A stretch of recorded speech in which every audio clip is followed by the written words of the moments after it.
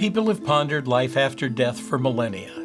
But one phenomenon is much more tangible: death after death. That is, the amazing variety of conditions that can occur to the human body after death. A trio of such cases in the Pacific Northwest are notable examples that have challenged medical and forensic experts, law enforcement, even gravediggers. Let's take a look.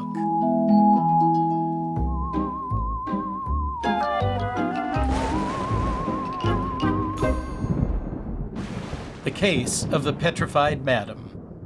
Our first strange case involves one of Seattle's first real characters, Mary Ann Conklin, better known to early settlers and travelers as Mother or Madam Damnable. Conklin was said to have washed up on Seattle shores in the 1850s. She had married a sea captain who abandoned her in Port Townsend. In Seattle, she took over running the city's first hotel, the Felker House, a two-story prefab affair shipped around the Horn from back east. It seemed to offer a touch of civilization. It would rent rooms for guests, but also for temporary courtrooms and meetings. It was also said to be Seattle's first bordello.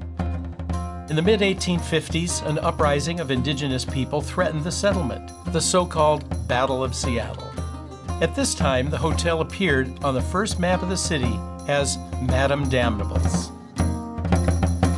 In addition to what was said to go on inside its walls, Conklin herself was apparently something of a terror. When the U.S. Navy was in town to offer protection from attack, they sought to improve a road near the house. The navigator of the sloop of war Decatur recorded an encounter. The moment our men appeared upon the scene, with 3 dogs at her heels and an apron filled with rocks, this termagant would come tearing from the house, and the way stones, oaths, and curses flew was something fearful to contemplate. And, charging like a fury, with the dogs wild to flesh their teeth in the detested invaders, the division invariably gave way before the storm, fleeing officers and all, as if old Satan himself was after them. She was, he wrote, a demon in petticoats. Conklin died in 1873. In 1886, the bodies in her cemetery were exhumed to turn the burial grounds into Denny Park. When they dug up Conklin, the head of the reburial project told the Seattle Post-Intelligencer, quote, "On removing the lid of the coffin, we found she had turned to stone. Her form was full size and perfect. She seemed intact, but she was white as marble and hard as stone." He estimated the coffin weighed 400 pounds. She now rests in a cemetery on Capitol Hill. But what caused the supposed petrification of this demon in petticoats is unknown. A very hard life, perhaps. The Lady of the Lake. In 1940, fishermen at Lake Crescent on the Olympic Peninsula spotted a body floating. Wrapped in blankets and hemp rope, it turned out to be a female murder victim who had been sunk deep in the frigid waters of the dark, deep lake. While there, something remarkable had happened: saponification. That's a chemical process that turned her body into soap. The main questions were, who was she and how long ago had she been murdered?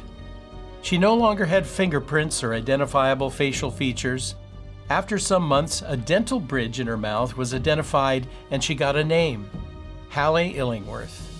It turns out she vanished in 1937 from her waitress job at a lakeside tavern, and her husband, Monty, a beer truck driver, had left town for California around the same time. Friends assumed Hallie had departed for Bremerton, but no one had heard from her since. It turned out Monty had a history of physically abusing her. He was tracked down, and in 1942 he was convicted of Hallie's murder. A key piece of evidence? A witness remembered lending Monty a long piece of hemp rope exactly like the rope that bound the body. Monty never returned it. The Lady of the Lake was a cold case, if there ever was one.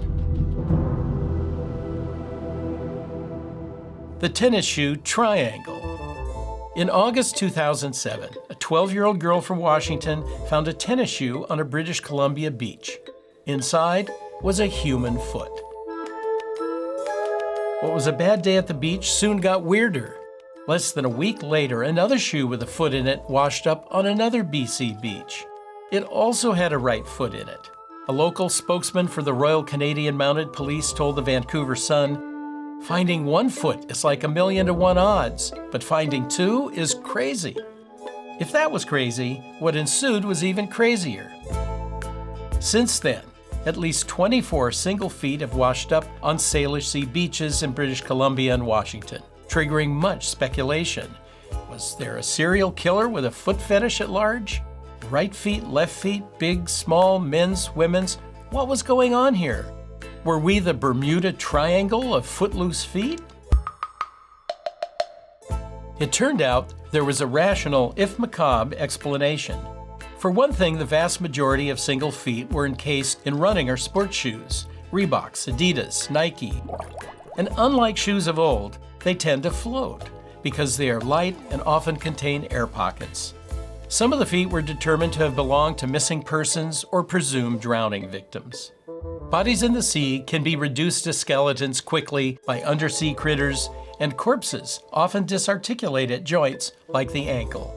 Currents within the Salish Sea and the outflow of the Fraser River can keep such things bobbing around.